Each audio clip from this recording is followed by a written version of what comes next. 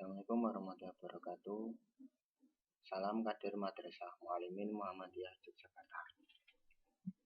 Baik anak-anakku sekalian, bagaimana kabarnya? Semoga sehat di rumah beserta keluarga ya. Baik, untuk kali ini kita akan membahas materi selanjutnya, yaitu bentuk muka bumi Indonesia yang lebih dititikberatkan kepada tenaga eksogen. Yang pada pertemuan sebelumnya kita kemarin membahas tenaga endogen, sekarang membahas tenaga eksogen kelas 1 semester 1. Baik, kita mulai materinya.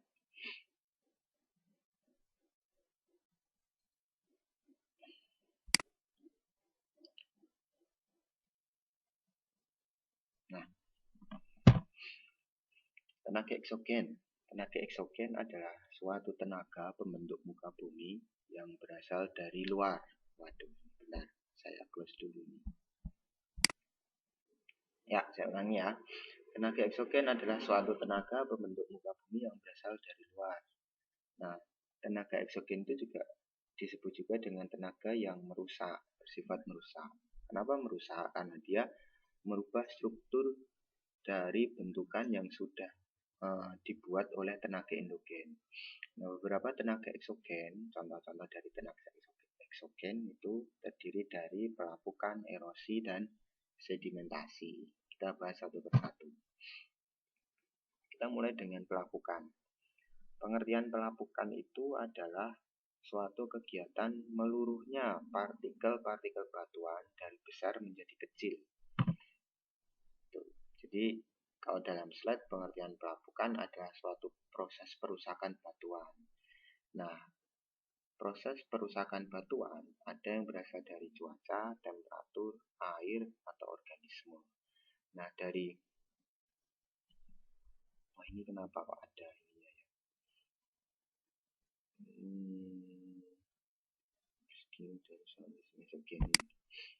Nah, cuaca, temperatur air, atau organisme. Nah, dari pengaruh pelapukan ini maka dibedakan menjadi beberapa contoh pelapukan. Ada pelapukan kimia, fisis, dan organis. Nah, kita mulai. Nah, ini beberapa pelapukan. Pertama yaitu pelapukan kimia. Ini. Bentar ya. Nah, pelapukan kimia. Pelapukan kimia itu adalah pelapukan yang pembentukannya disertai unsur baru. Nah, pelapukan kimia ini disebabkan oleh air hujan. Contohnya pelapukan kimia ini pembentukan stalagmit, stalaktit, atau pembentukan batuan kapur. Kemudian ada pelapukan fisis, yaitu pelapukan yang tidak disertai pembentukan unsur baru. Jadi pelapukan fisis itu hanya merubah partikel batuan dari besar menjadi kecil.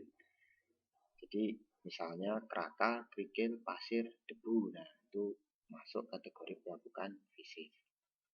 Kemudian dari pelapukan fisis ini adalah disebabkan oleh perubahan suhu.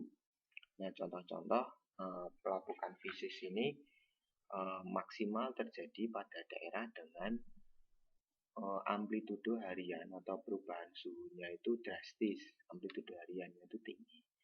Nah, daerah-daerah yang merupakan daerah terjadinya pelapukan fisis yang sangat intensif itu contohnya di daerah yang memiliki iklim kontinental atau disebut juga dengan iklim daerah gurun pasir.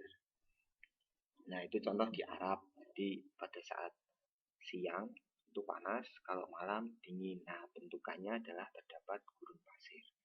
Nah, kalau kembali lagi ulang, tadi ada pelapukan kimia. Nah, disebabkan oleh curah hujan, air. Nah, daerah-daerah yang intensif pelapukan kimianya adalah daerah tropis, contoh di Indonesia. Nah, pelapukan yang intensif adalah pelapukan kimia. Nah, buktinya apa? Buktinya adalah bentang alam di daerah Indonesia itu memiliki banyak topografi kars atau daerah berkapur. Nah, contoh di wilayah Gunung Kidul, Kulon Progo, Sukoharjo, Wonogiri, Pacitan. Nah, itu merupakan daerah karst. Nah, di sana banyak ditemui daerah kapur, banyak gua berkapur. Kemudian pelapukan organis, yaitu pelapukan yang disebabkan oleh gerak tanah atau gerak dari hewan. Pelapukan organis.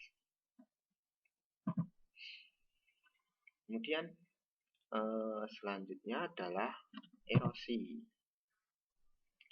Erosi pengertiannya adalah yaitu setelah terjadi pelapukan, karena pelapukan itu kan merubah massa partikel batuan dari besar menjadi kecil, maka partikel itu mudah terangkut. Nah, pada saat proses pengangkutan ada kegiatan yang disebut sebagai erosi dan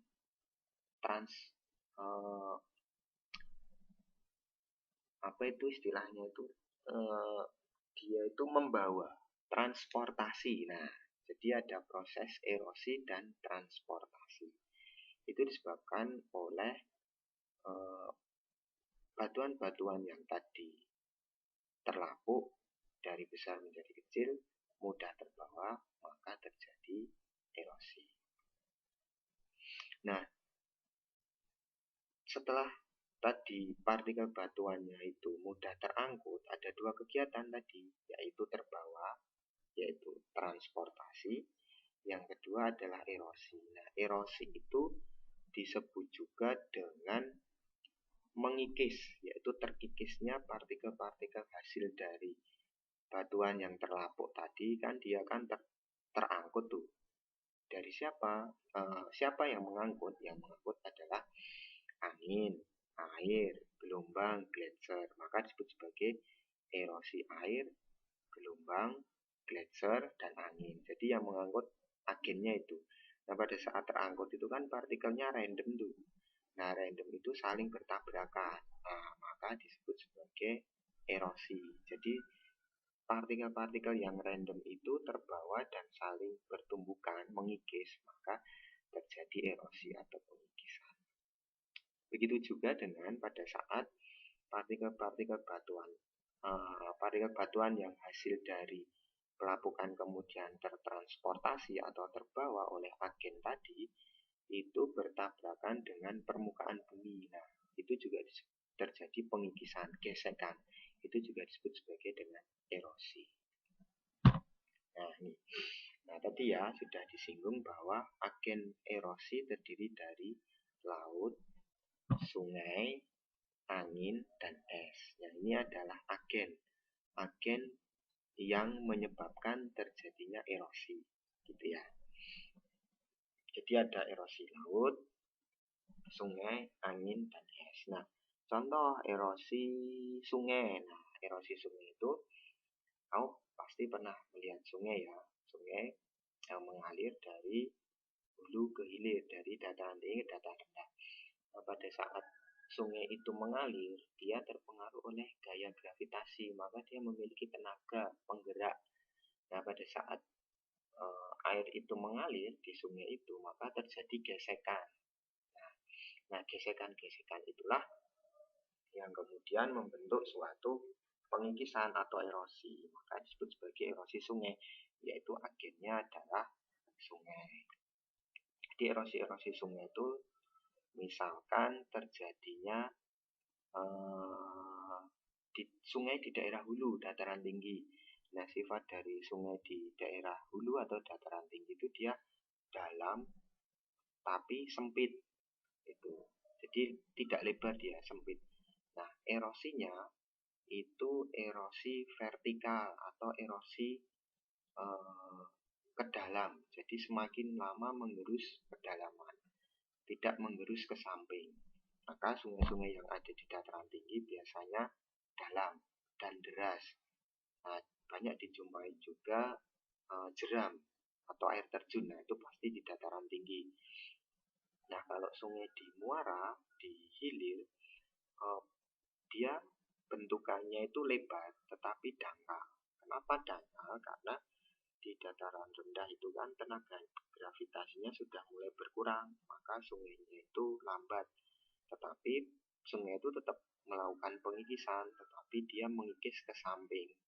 Maka sifat sungai di muara itu lebar, tetapi dangkal. Pasti sungai-sungai di muara, daerah dataran rendah itu pasti dangkal, tetapi lebar.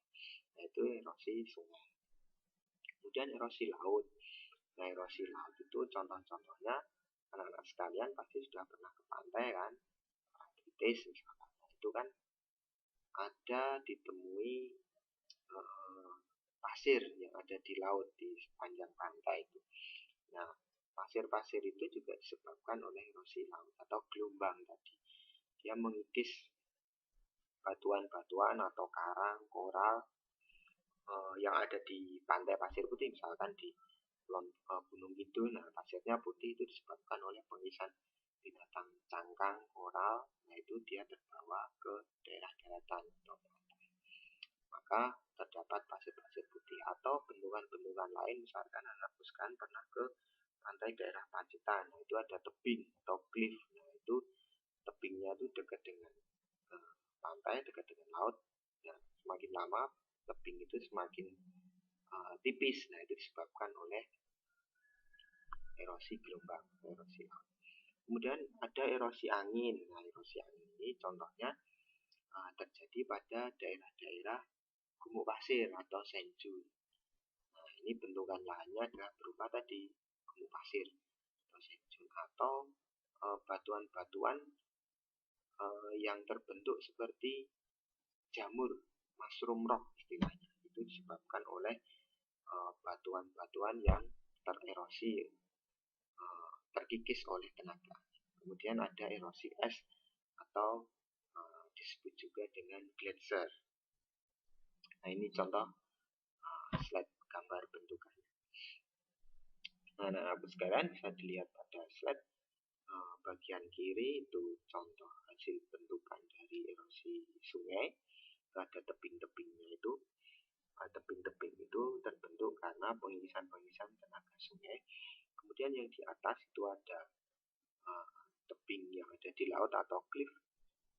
Nah, itu disebabkan oleh pengikisan air gelombang atau erosi laut. Kemudian yang di bawah itu ada mushroom rock atau batuan jamur.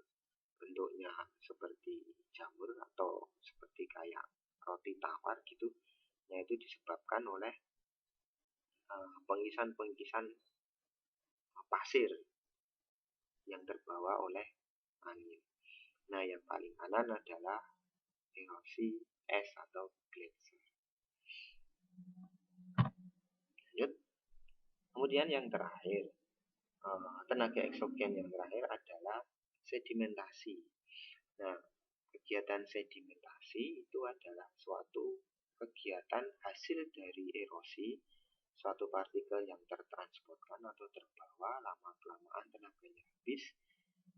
Nah, dia berada pada dataran rendah, maka lama-kelamaan dia terendapkan. Nah, terjadi akumulasi endapan, maka disebut sebagai sedimentasi.